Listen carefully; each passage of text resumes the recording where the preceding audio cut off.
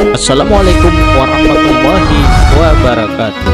Sahabat Naiko Islam, banyak orang yang tidak menyadari bahwa Al-Quran membahas mengenai usia 40 tahun. Hal ini sebagai pertanda bahwa ada hal yang perlu diperhatikan dengan serius pada pembahasan usia 40 tahun ini. Allah Subhanahu wa Ta'ala berfirman, apabila dia telah dewasa dan umurnya sampai 40 tahun, ia berdoa, "Ya Tuhanku, tunjukilah aku untuk mensyukuri nikmat Engkau yang telah Engkau berikan kepadaku dan kepada orang tuaku, dan supaya aku dapat berbuat amal yang soleh yang Engkau ridhoi. Berilah kebaikan kepadaku dengan memberikan kebaikan kepada anak cucuku. Sesungguhnya aku bertaubat kepada Engkau, dan sesungguhnya aku termasuk orang-orang muslim." Quran Surat Al-Aqaf ayat 15.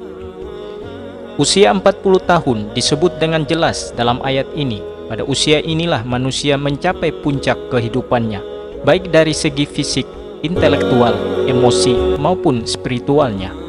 Ia benar-benar telah meninggalkan usia mudanya dan melangkah ke usia dewasa yang sebenar-benarnya. Doa yang terdapat dalam ayat tersebut dianjurkan untuk dibaca oleh mereka yang berusia 40 tahun atau lebih.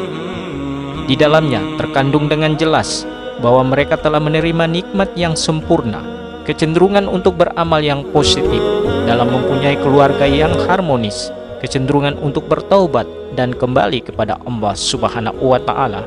Pada ayat yang lain, Allah Subhanahu wa Ta'ala berfirman, apakah kami tidak memanjangkan umurmu dalam masa yang cukup untuk berpikir bagi orang-orang yang berpikir?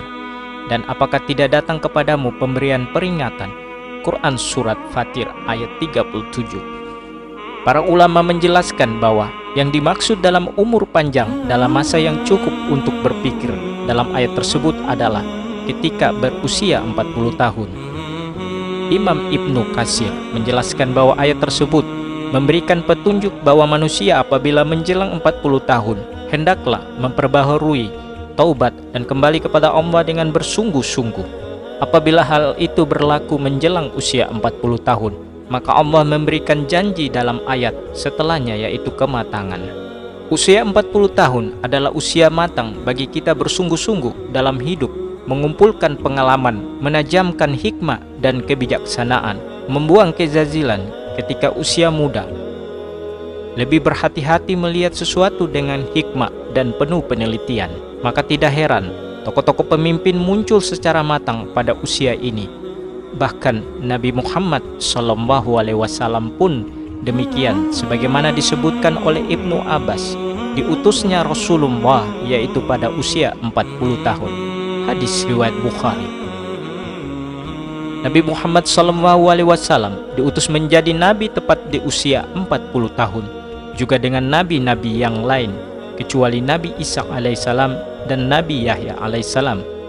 Mayoritas negara juga mensyaratkan bagi calon-calon yang akan menduduki jabatan-jabatan elit seperti kepala negara harus telah berusia 40 tahun. Kita pun mengetahui bahwa mantapnya prestasi seseorang tatkala orang tersebut telah berusia 40 tahun. Mengapa usia 40 tahun begitu penting? Menurut Ibnu Qayyim Al-Jauziyah, usia manusia diklasifikasikan menjadi 4 periode, yaitu 1. Aulad, sejak lahir hingga akhir balik. 2. Sabab, sejak akhir balik hingga 40 tahun. 3. Kuhul, 40 tahun hingga 60 tahun. 4. Suyuk, 60 tahun ke atas. Usia 40 tahun adalah usia ketika manusia benar-benar meninggalkan masa mudanya dan beralih kepada masa dewasa yang sempurna. Kenyataan yang paling menarik pada usia 40 tahun adalah meningkatkan minat seseorang terhadap agamanya yang semasa mudanya jauh sekali dengan agamanya, baik dengan menjalankan kewajiban sholat 5 waktunya dengan berjamaah dan tepat waktu, memperbanyak sedekah, menutup aurat, atau dengan mengikuti kajian-kajian keagamaan. Seolah-olah di usia ini merupakan momentum kembalinya manusia kepada fitrahnya. Namun jika ada orang yang telah mencapai usia ini akan tetapi tidak ada minat terhadap agamanya, maka hal ini sebagai pertanda yang buruk dari kesudahan umurnya di dunia.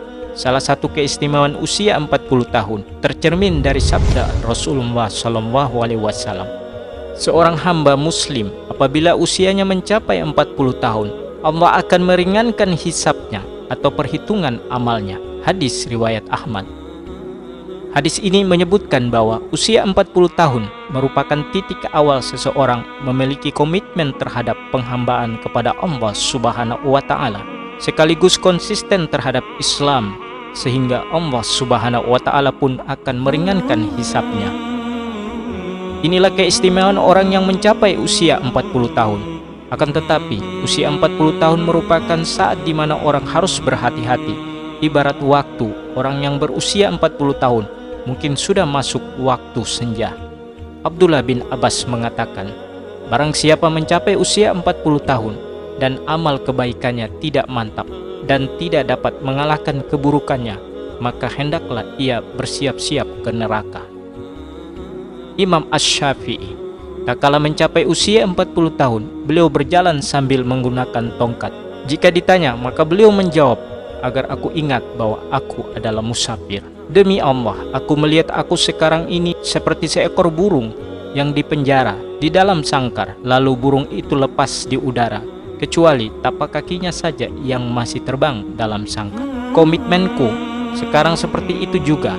Aku tidak memiliki sia-sia syahwat untuk menetap tinggal di dunia. Aku tidak berkenan sahabat-sahabatku memberikan sedikit pun sedekah di dunia. Aku juga tidak berkenan mereka mengingatkanku sedikit pun tentang hiruk-pikuk dunia, kecuali hal yang menurut syariat lazim bagiku. Kematian bisa datang kapan saja. Satu perkara yang harus senantiasa kita sadari, bahwa kematian bisa memanggil kita kapan saja, tanpa ada tanda, tanpa alamat, dan tanpa mengira usia. Jika kita beranggapan harus menunggu usia 40 tahun untuk memulai memperbaiki diri, maka rugi dan sia-sialah hidup kita jika ternyata usia kita tidak panjang. Maka dari itu, di sisa-sisa usia kita ini, marilah kita mulai berbenah diri, meneguhkan tujuan hidup, meningkatkan daya spiritual, memperbanyak bersyukur, menjaga makan dan tidur, serta menjaga keistiqomahan, berusaha meningkatkan kualitas dalam beribadah. Banyak manusia yang tertipu dalam keindahan dunia dan isinya yang bersifat sementara. Mengingat mati, kita akan gagal di dunia ini. Akan tetapi dengan mengingat mati, kita berharap menjadi insan yang berjaya dan selamat di dunia dan di akhirat kelak. Janganlah menunggu hingga esok untuk membuat persediaan menghadapi kematian, karena mati bisa datang kapan saja. Wallahu a'lam bishawab. Wassalamualaikum warahmatullahi wabarakatuh.